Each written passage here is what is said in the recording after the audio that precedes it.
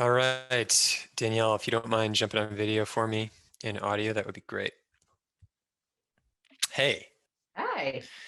uh, so um, you told me that your kids have made special appearances in previous interviews. Will they be making an appearance today?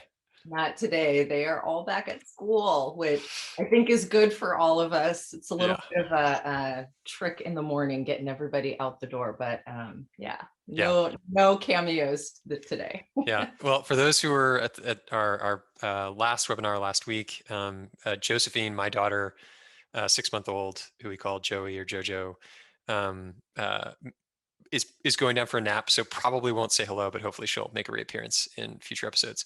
So I'm really excited to be here with Danielle Newton from Zendesk. Danielle, what do you do at Zendesk? What's your purview? And then we can jump in. Yeah, so I have been with Zendesk a little over 18 months now, and I oversee the global workplace operations team. So we've got about 15 offices around the world, and I oversee the people that take care of those offices. That's great. And for the folks who maybe are new to this particular series, my name is Andrew Farah. I'm co-founder and CEO of a company called Density. We build systems that measure and count the number of humans in space anonymously. And we like to do a series where we're talking about the realities of workplace experience during a pandemic, what's happening as people are returning to office, and some of the practical things that folks are doing on the ground. So, Danielle, I guess like the first question I have is, are your offices open? Some of them are in APAC. My Singapore, my Melbourne offices are open at a voluntary limited reoccupancy for folks that have internet issues or 22 roommates or 22 kids or whatever their situation is, to give them an alternative place to work. And can you give us a sense of scope? So, like, what's Zendesk's total headcount, and what's the square footage you're operating underneath? Sure. Zendesk is right now, I think we're a little over 4,000 global employees. We've got a real estate footprint about 500,000 square feet around the world. Gotcha. So you come from you've done facilities management, you've done property management, you're now in workplace experience. Um, I think the maybe the question I have is like, how do you do workplace experience, property management, or facilities management when the vast majority of employees are working from home, haven't yet reopened offices because of vaccine distribution? What does that work look like today? Are you doing preparation? Are you thinking about sort of change management? How are you thinking about sort of the priorities of the last 9 months, 9 to 12 months? Yeah, initially when we all went home very suddenly, there was the work of closing out the offices, making Mm. sure that people hadn't left old bananas on their desks, kind of all of those nuts and bolts, right? Are you And nervous about what you're going to find when you go back, or is it no, pretty because clean? we have cleaned every office globally, and we have had every employee come in and pick up all their personal items. So there was that work, and then the work of figuring out how can we get back into the offices safely. And remember, back then there was like 6 month waiting lists to get hand sanitizer and all this stuff. So we were working through all of that. Thermal scanners. Do we put up Sure. glass? What do we do? And then it really became keeping people busy, updating our SOPs, making sure that we had things kind of organized from a organizational perspective. And now it's the work of reopening and figuring out what that is. And I will tell you, there's a ton of change management. We're not going to go back to offices or go back to working in the same way that we were before. So you called out a very, it felt a bit foreshadowing, which is we had all of our employees back to pick up their personal effects. What percentage of pre-pandemic of your offices were assigned seating, and what percentage of your seating will be assigned when you go back? We were almost everywhere around the globe at a 1-to-1 person to desk ratio, right? We were moving towards trying to get to a 1 to 1.3. I had a OKR in 2020 to get our global offices to that ratio. It was not going well. I was getting a lot of pushback around that project. And then we all go home, and suddenly it's like, oh, nobody actually needs their own desk at all. And so we're going to go back into a fully unassigned model, and For all 4,000 employees. for all 4,000 employees, correct. I mean, with the exception of, say, like our C staff and the CEO. Do you think you could quit Slack just because the dings, the familiar dings of Slack are pinging? Yeah, absolutely. I think we all have PTSD from that sound, so it's more for everybody's mental health. Absolutely. Yes. Thanks, thanks. Quick. There we go. Wait, so you're saying, maybe not C-level, but the vast majority of the team is going to be moving to an unassigned model. Completely unassigned model. Yeah. So ton of change management around that. Everything from the etiquette of what that looks like to how to reserve a desk, kind of the brass tacks of getting in and out of the office and so forth. And when we were sort of doing our initial call, one of the things that we discussed was has sort of the present conditions have the present conditions accelerated certain trends internally, introduced new concepts. And so one of the questions that I'm curious about is, what percentage of your employees were remote prior, and then what percentage of your employees do you think will you be supporting remote or some type of hybrid relationship with physical space when you go back? And where do you think that percentage will lie, if Yeah. so? We were a very much an in-office company, and very much our culture was very in office, the social impact of the neighborhoods that we were in. So that was a core piece of who we were, and it's a core piece of who we are. That being said, we were about 4% remote prior to this, and there was very much a feeling amongst leadership that we need to be in the office, we need to see our people. But this has totally changed that, and we are going to go back into the office with about 40% of our population being remote. And that only means that they don't, there's no expectation that they're coming into the office. Our offices are, Yeah. when they be open, will be open, and those people can use them as well. I mean, that's an order of magnitude change. I mean, you're talking about going from 0 to 4,000 on unassigned, and you're going from 4 or 5% to 40% potentially working remote. I guess my questions are, gosh, I have so many questions. Will you shed some of your real estate in the event that nearly half of your employees are working remote, or do you expect that 40% to be doing, say, 2 to 3 days a week in the office and then the rest from home? What's your take? And I should mention to the rest of the crew, I really appreciate David's got some questions, Kevin's got some questions.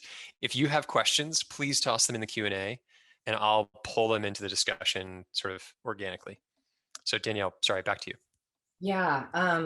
Let's see. So the first question around, are we going to shed real estate? I think we are currently, and we're working with a really great consultant, Crux Workplace Specialist, to help us determine that. What are people going to be doing when they go back to the office? How do they want to use the office? What types of activities are going to happen in the office? And, you know, translate that into what that means in terms of our square footage footprint, right? So you expect some change. It's just a question of where and how much. Is that what you're saying? I think that there will be some change, and I think that it may manifest itself more in growing our real estate footprint less rapidly than we had been in the past, rather than shedding current Mm. footprint. Yeah, yeah, lease avoidance as opposed to necessarily like consolidation of space. It's like reuse and repurpose existing space, but not necessarily grow as aggressively as you were previously until you have more data.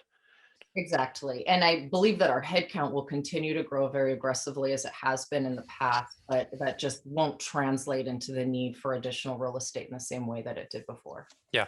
Do you think that are there clear places where you're gonna redirect that capital? I mean, let's say for a minute you avoid, you know, say $1 million lease over a, say $1 million a year over 3 years.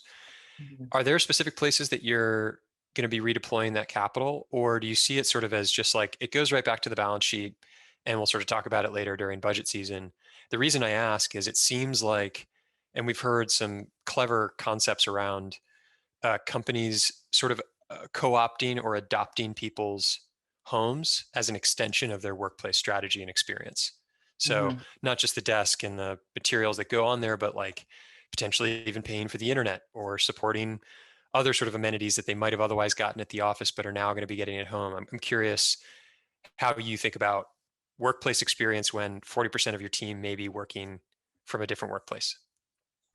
Yeah, and so going to the dollars question, I think that it's a bit of a hybrid.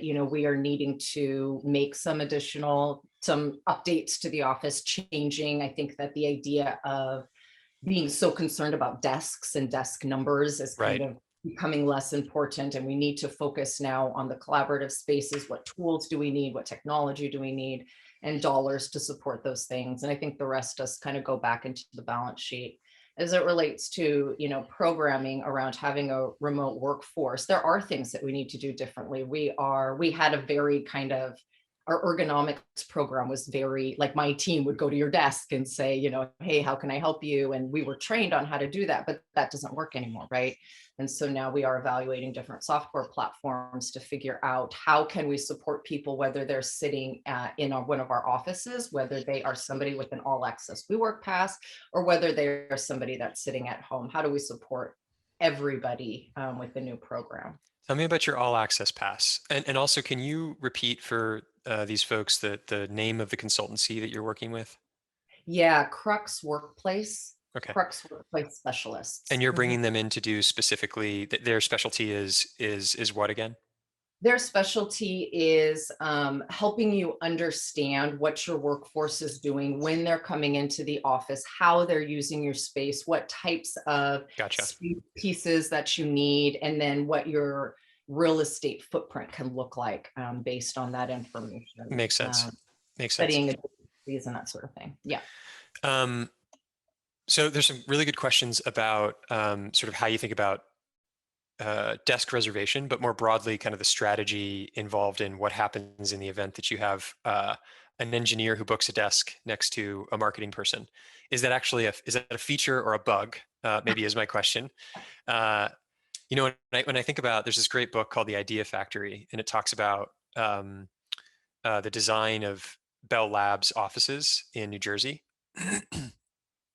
And one of the intents of the design was that they put bathrooms in different places. Now, this is common knowledge now, but they put bathrooms in different places specifically to create collisions with folks as they were wandering through the halls, because it would increase the likelihood of serendipitous ideas, which ultimately Bell Labs was sort of founded on. And that's become a model for many space designs. Apple's famous for this, and many other companies.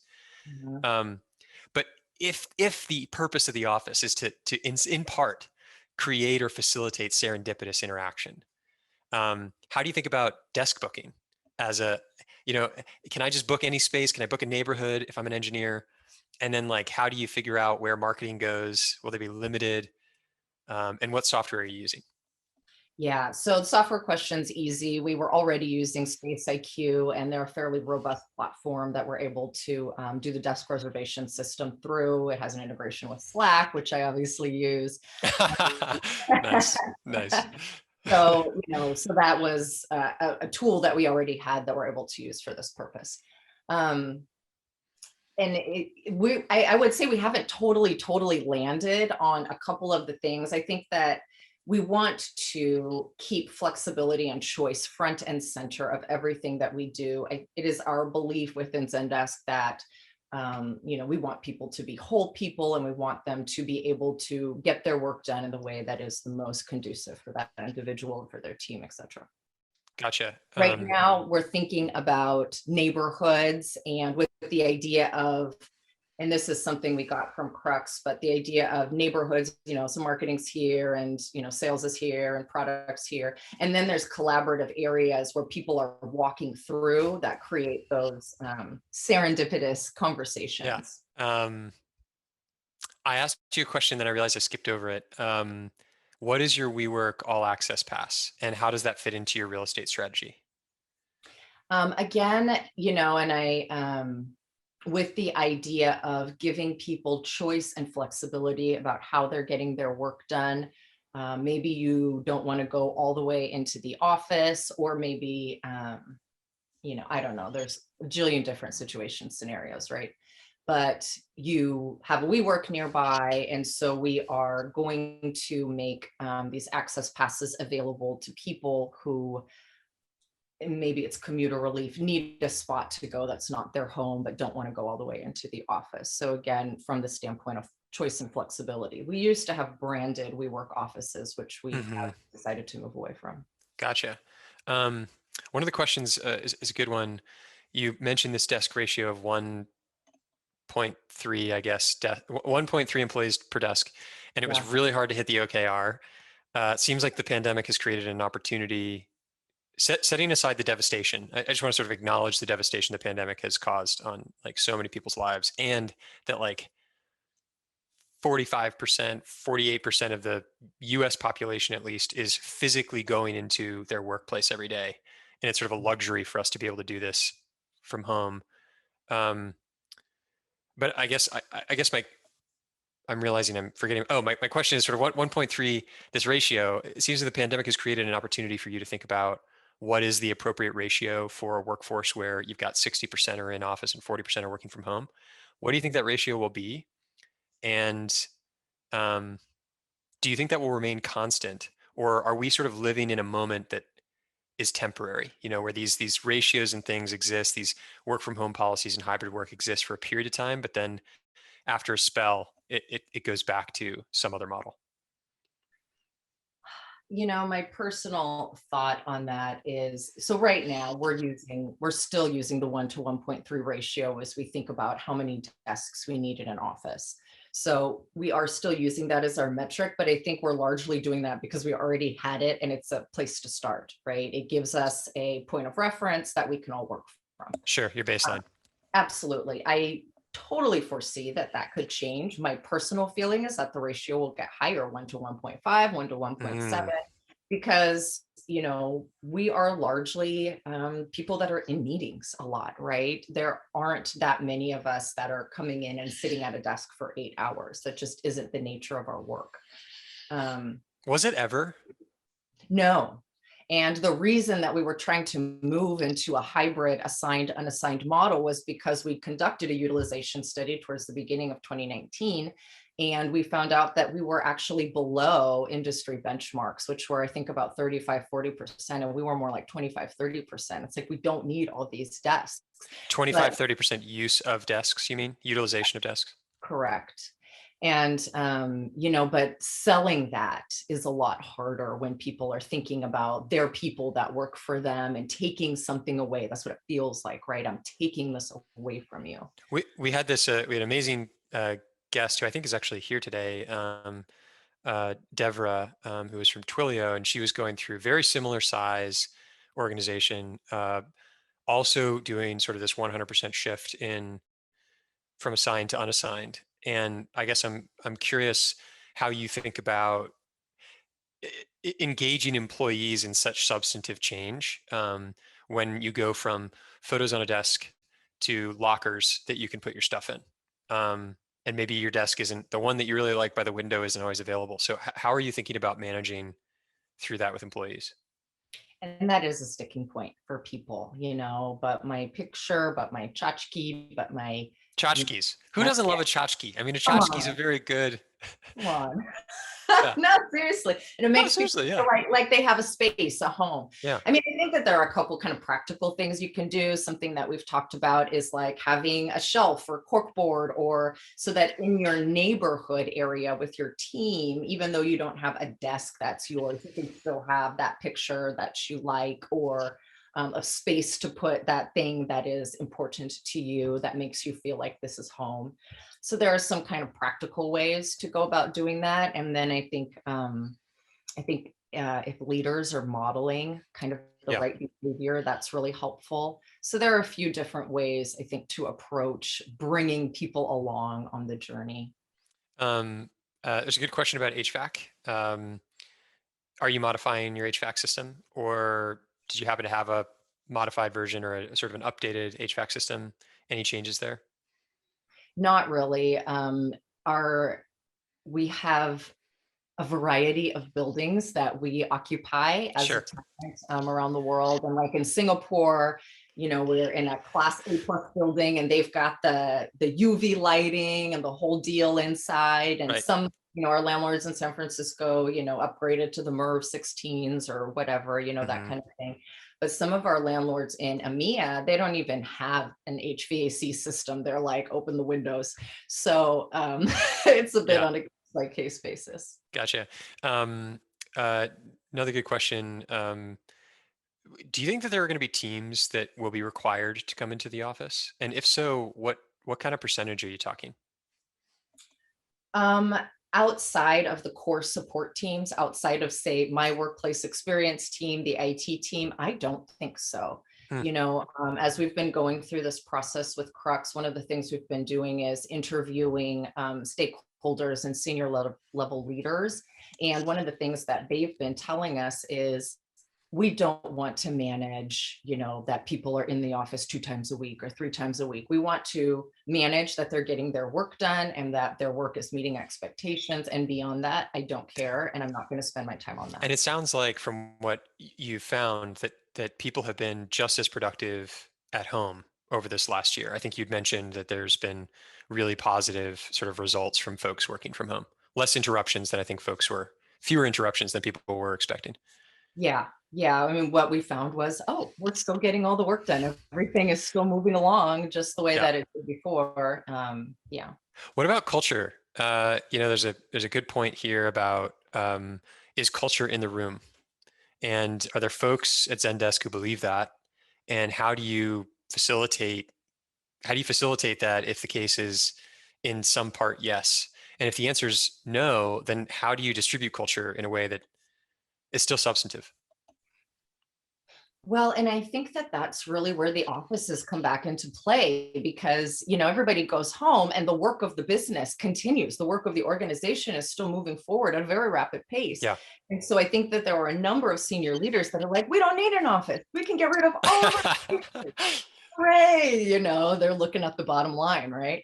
But then that's what comes up. What about culture? And then there's more things, right? What about new hires? What about Sure, onboarding. Yeah. global cultural norms? What about, and so we have to go on this journey of discovering the purpose of our place. What Um, is the purpose of your place? I think that the purpose of our place is that Zendesk is very much a social impact organization. We care very much about the neighborhoods that we're a part of, and we are very, very people focused. We're very focused on our people, on wanting employees to be their whole selves, to bring their whole selves to work. And the office is really central to that, the whole vibe that you get there. And going out into the neighborhood to buy your lunch and supporting local Hmm. business and that sort of thing. That's who we are and that's what we're about. And so, you walk into those conversations about, like, what is the purpose of our place? And I think that there are a few things that, walking into that conversation, that we as Zendesk, we want to be on the forefront of whatever changes are happening. We don't want a cookie cutter approach, and we need to understand what our leaders and our employees are thinking about how they're going to work in the future. And so, that's really what led us to the partnership with Crux and starting to gather some learnings from that now. And how do you spell Crux? Curx. Yeah, exactly. CR. Um, Crux. Yeah. This sort of raises another sort of interesting line of questioning. Like, what is a like? It used to be that if you worked at Carrier, you worked in upstate New York, near the Carrier office. If you worked at Lockheed Martin, you were near the Skunk Works. The OG Skunk Works office, and played a material role in the local economy. I mean, and even today we still see, we talk as if remote and the internet is sort of democratizing our ability to do work from anywhere and all those things, but the reality is that Amazon's HQ2 has a profound and material impact, and will have a profound and material impact on Arlington when they open it there. And so, um, Look at real estate prices in Seattle. I mean, case in right. point. Right. But I think that the thrust of the question really has to do is, I guess I'd love your take on corporate responsibility at a local level. Salesforce talks a lot about this with San Francisco, but just like, does Zendesk have a connection to the local economies that they're in, and how do we think about not losing maybe what makes that special? Or are we just past it and we're past the industrial manufacturing age and we've moved into work from anywhere? We work all access passes, sort of like travel the world and go to Ibiza and do your work from Ibiza, you know? Curious what your take is. Could it be both? I mean, I think that there is that aspect, and certainly some of the work that not my team is doing, but that's happening within Zendesk is around, location strategy and setting ourselves up to be able to hire in all 50 states. So we've done that, and now we're moving across Europe so that we're giving people that flexibility, and we're giving our talent acquisition team that flexibility, right? And so that is a piece of it. But additionally, we have a whole social impact arm that are Zendesk employees. And Hmm. so, for example, if I need to liquidate an office and I've got, 35,000 feet of furniture, we have partners that can't afford furniture. And we reach out to those partners, we create lists of everything we have. And then oftentimes they don't have any budget. So we pay to ship it to them. That's And so awesome. it's super cool. That's awesome. Yeah, I hate thinking about all of that furniture that just gets landfilled all the time. And so we are shipping it out we have lots of partners all over the world in Mhm. every region. And so that is, again, core to what we do, central to how we operate and how we think about things. Um, so question about, coming in when you want. I presume that you're sort of going to be giving employees the ability to show up when they see fit if they're not required to be in office. Mhm. How are you addressing, how are you making sure that people don't reserve on the same day? Uh, and like find no availability because it's all been reserved. Are you sort of making certain regions available to certain folks at a certain time? Are you going to just sort of let them figure out what they want to do and like deal with sort of the aftermath and policies after that? How are you thinking about sort of traffic flow? I think that that's a good question. My personal feeling, and we're not totally landed, right? So right now we're thinking, you've got like a window, say you want to come in next Tuesday, you've got, a week window before that to reserve a desk. We're not doing short reservations. That's your desk for the whole day, because I don't want to be sanitizing desks every 2 hours and all of that Hmm. stuff, right? Um, That's an interesting point, though. So essentially, what you're saying is unassigned, yes, but we're not talking intraday swaps, intraday cleaning in between people. We're talking like that's your desk. That's the thing that you're going to use at least for today. yeah, Yeah, right. got it. Exactly. That's what we're talking about right now. Um, my feeling is that into the future, when we sort of get past some of the pandemic closeness, Hmm. and that kind of goes away, that in my mind, so we've got a certain number of desks, but we also have a ton of collaborative areas. There's a jillion places where you can just sit down and work. And so maybe Sure. you have 3 meetings that you want to take. In my mind, you should still be able to come into the office. You won't have a desk, but you still have a lot of places you can sit down and work. You can still run into Andrew going to the bathroom, you know what I mean? And have Yeah, that and I'm conversation. always running to go to the bathroom anyway, so it'll be great. Yeah, yeah. So is a hotel a good is sort of hospitality a good way to think about Zendesk's strategy going forward? Yes, and we're really thinking about our offices as like making them, how can we make them more homey, more Yeah, residential? I'm building out an office in Montreal, and that's really a focus. Lots of plants and places to sit. And biophilia. That's great. Have you been to Copenhagen? no, I haven't. So have you heard the term Hygge? Yes. Okay. Like Yeah. go like Hygge is like, so I went to, my wife and I, right before the pandemic, we went to Copenhagen, and you can describe it, but you really, until you experience it, it is a real sense of comfort. They've really nailed it. So, Our founder is from Denmark. And so oh, all of our offices are actually designed in that style. So when we reopen, you will have to come and tour our offices so you can that's see it. amazing. I would love that. I would love that.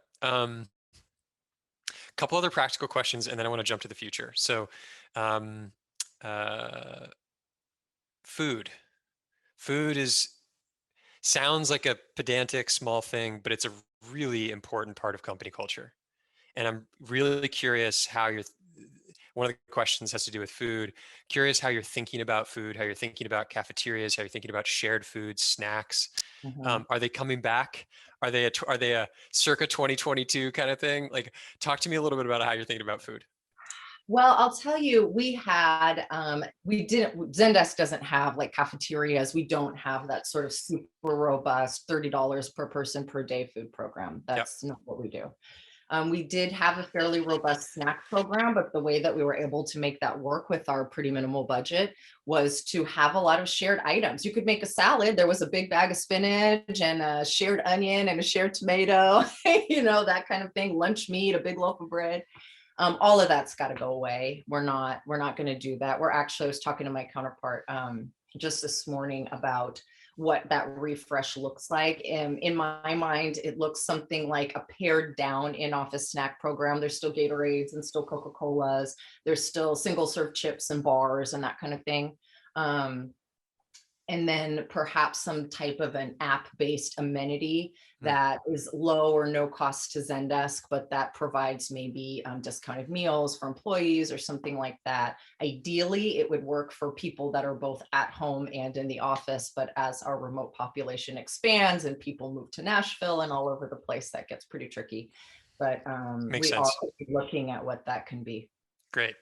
Um, one last question, and then we're going to move on to some future stuff. Um, One of the things that we've also seen, and I know that depending on how technical the culture is, companies like Stripe or organizations where it's like deeply technical is sort of like the bedrock of the organization. We'll even have these like crazy models where it's like if ICU beds drop below a certain number, and then or and it spits out you get some deep learned model that allows you to spit out the conclusion for any region. But local thresholds do play a large role in sort of how you think about reopening, especially in a multi-region portfolio. So do you have thresholds? If so, what are you looking at? Is it, I guess just I'll stop there, I won't give examples, but like what are you looking at?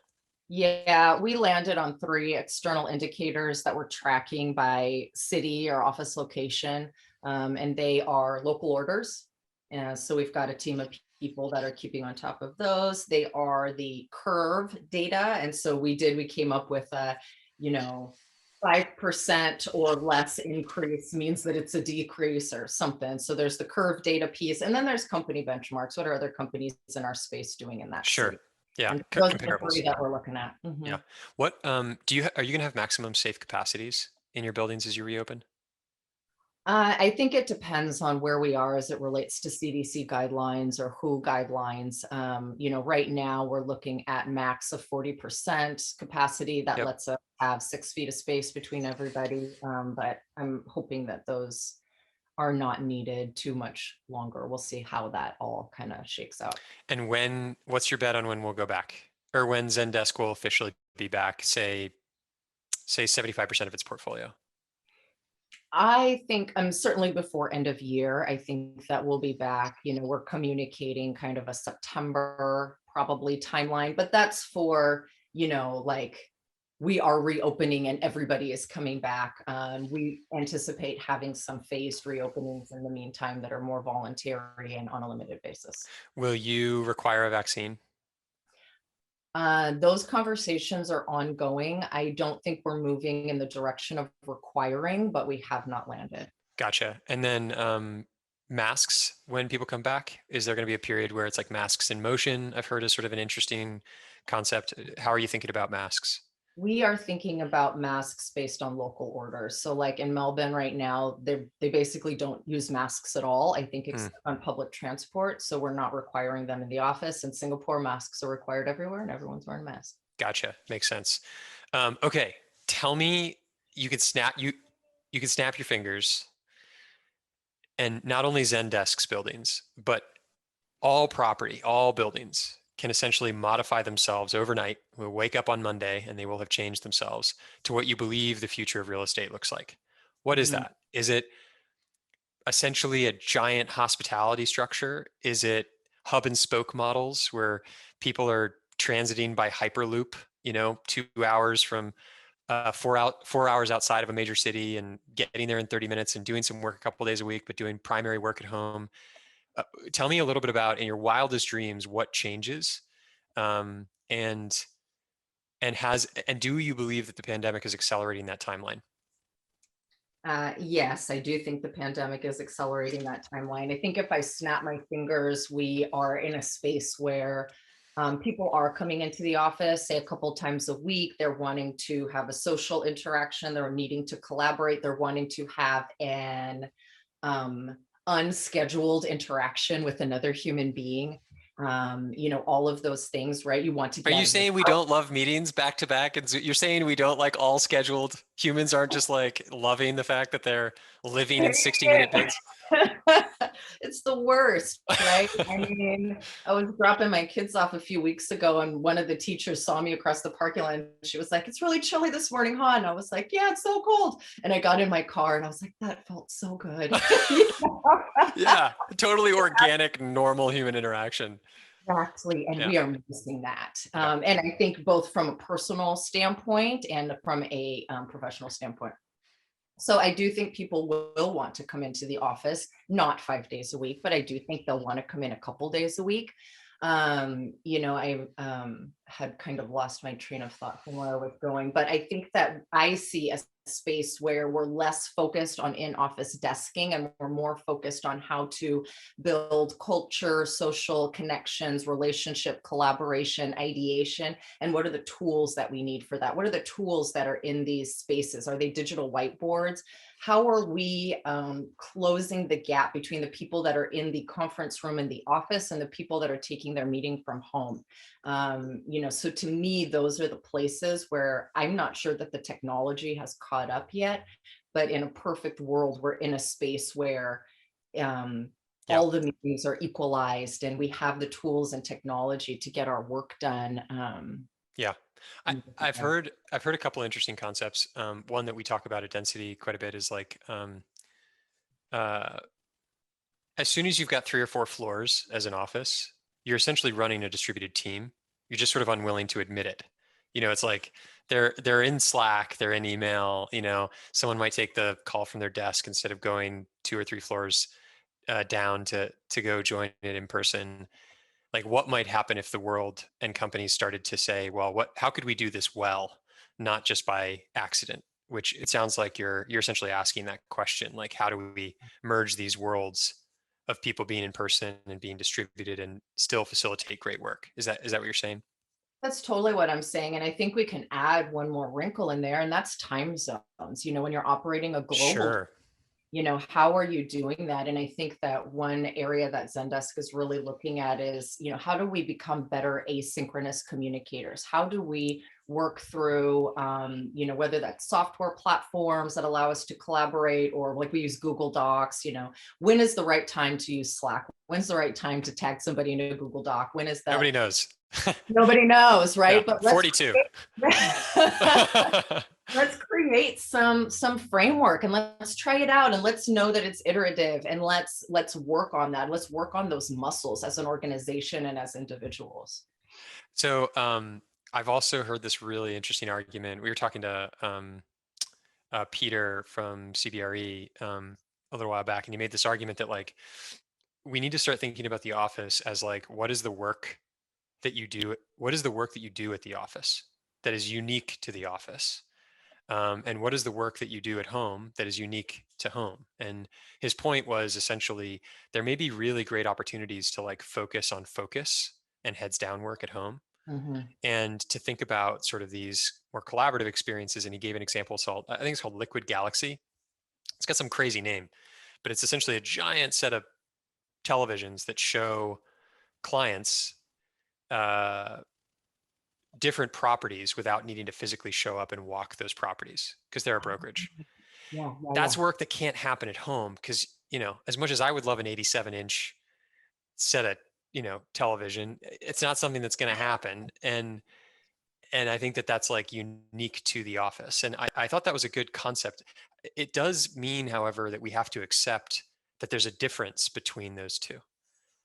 And you sort of made, and so this is why I'm asking is like you made sort of this note about how do we equalize sort of the experience between those two.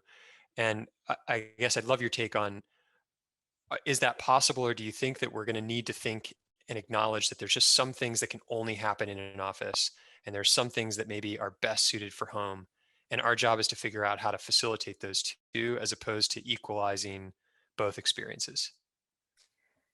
It's a really good question. And again, I'm kind of a, can we do both? Yeah, totally. I'm okay with that. That's an okay. Yeah, Because I do think that there should be an upgrade in the tools and technology that we're using, whether that's audio or video or, sure. the ability to see the whiteboard in the screen when you're the one that's at home or whatever that is. I do think that there is space for that. But I also think that we probably need to be thinking about not hard and fast rules, but maybe guidelines around, here's what makes sense in this situation, and tailor them to your organization, right? And give people, just some tools to help them begin to navigate in this new space. And again, always with the, this is iterative, this can evolve. Show us where the gaps are and let's work on filling them, because this is new territory for all of us. So let's work together and move in a direction that gets us where we want to go. Danielle, I think that might be an excellent place to put a period. Folks who attended, it was awesome to have you here. Danielle, your answers are excellent. It was really a lot of fun. We have to have you back next week because I've got so many more questions. But truly, I really appreciate you making time for this. I know that it's sort of in addition to all of the other work that you're doing.